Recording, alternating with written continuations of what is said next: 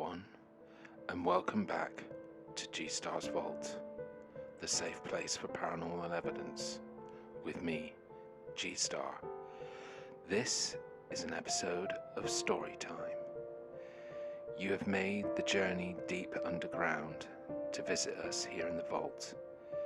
Now is the time to escape all the worries and stresses up there on the surface and escape real life.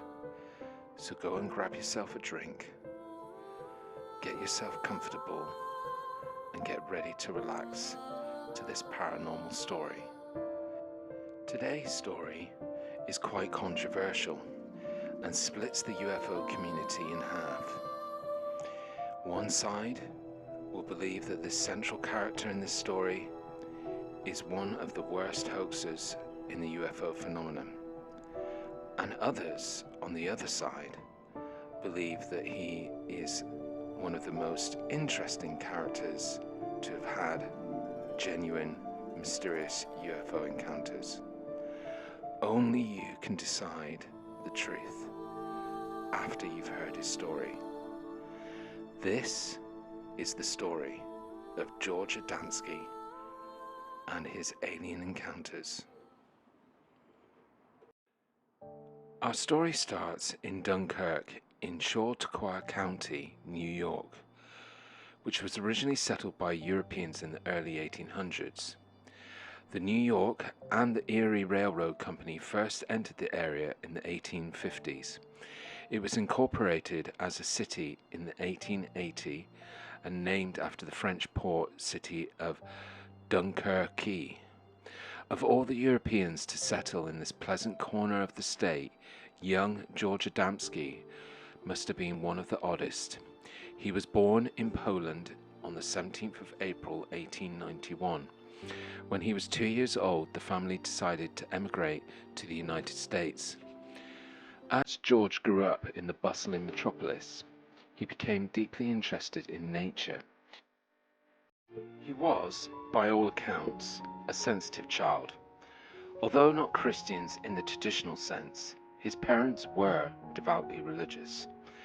They seem to have been homespun creationists, rather than being affiliated to any particular church.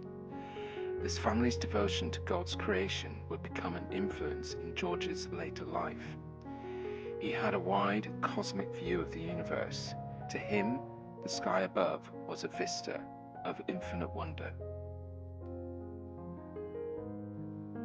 He enjoyed little formal education, which included only a few years of grade school. The Adamskis were poor, and at an early age, George had to work to help them maintain an income.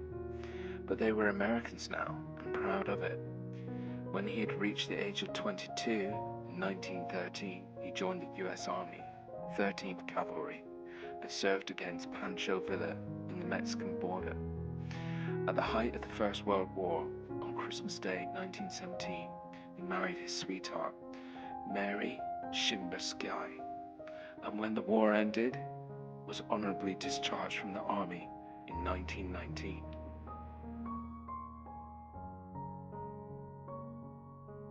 The economically difficult 1920s were his wilderness years, wandering from place to place, seeking work.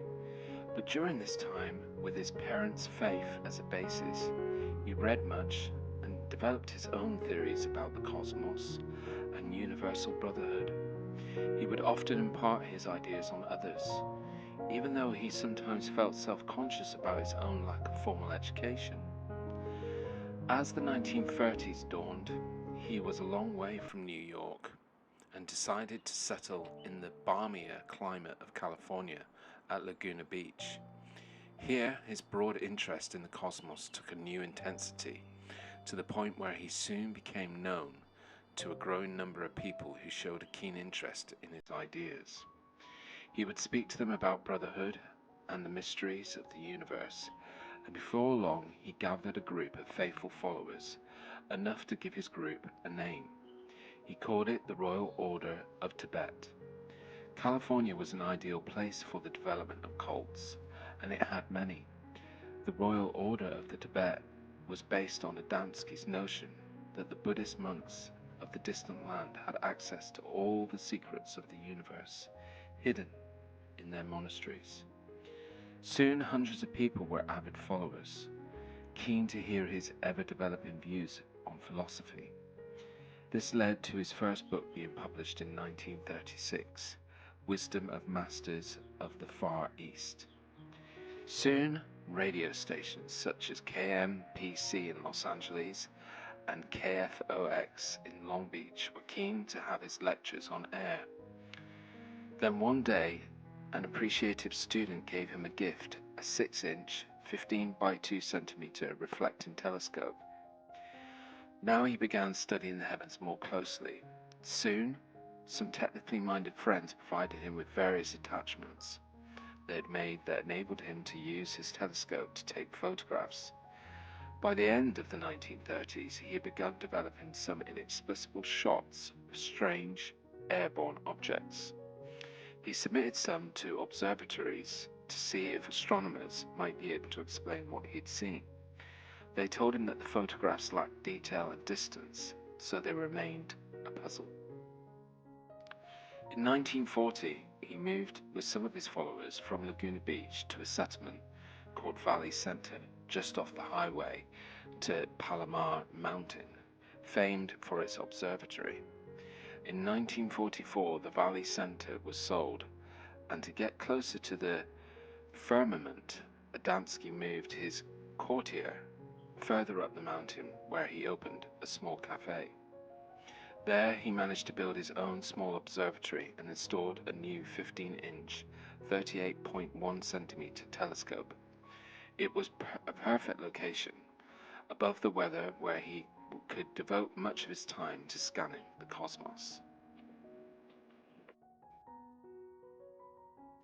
It was here that the real Adamski saga began. There was a heavy shower of meteors in 1946, and during this celestial display, everything George had spoken about to his devoted followers seemed suddenly to bear fruit, as in an amazement they watched, at close range, a huge cigar-shaped object that hung motionlessly above them.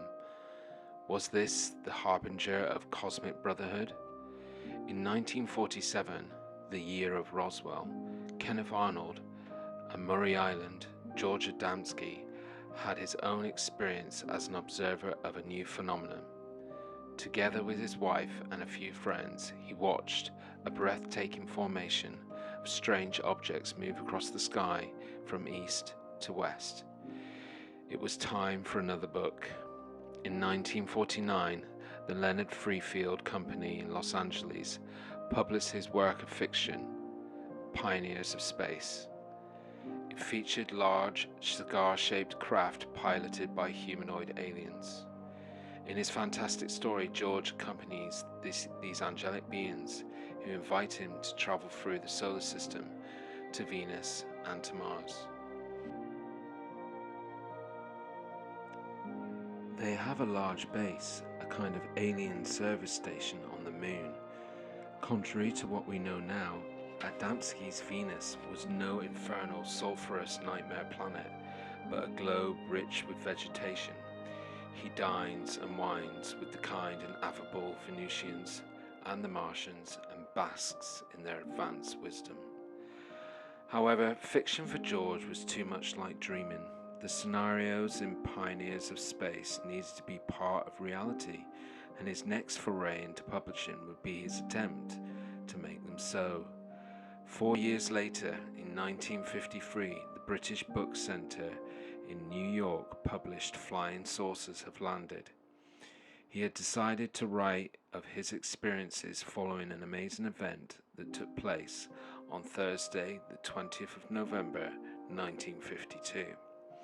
For the first time, he had met the occupant of a UFO, and they had actually enjoyed a conversation.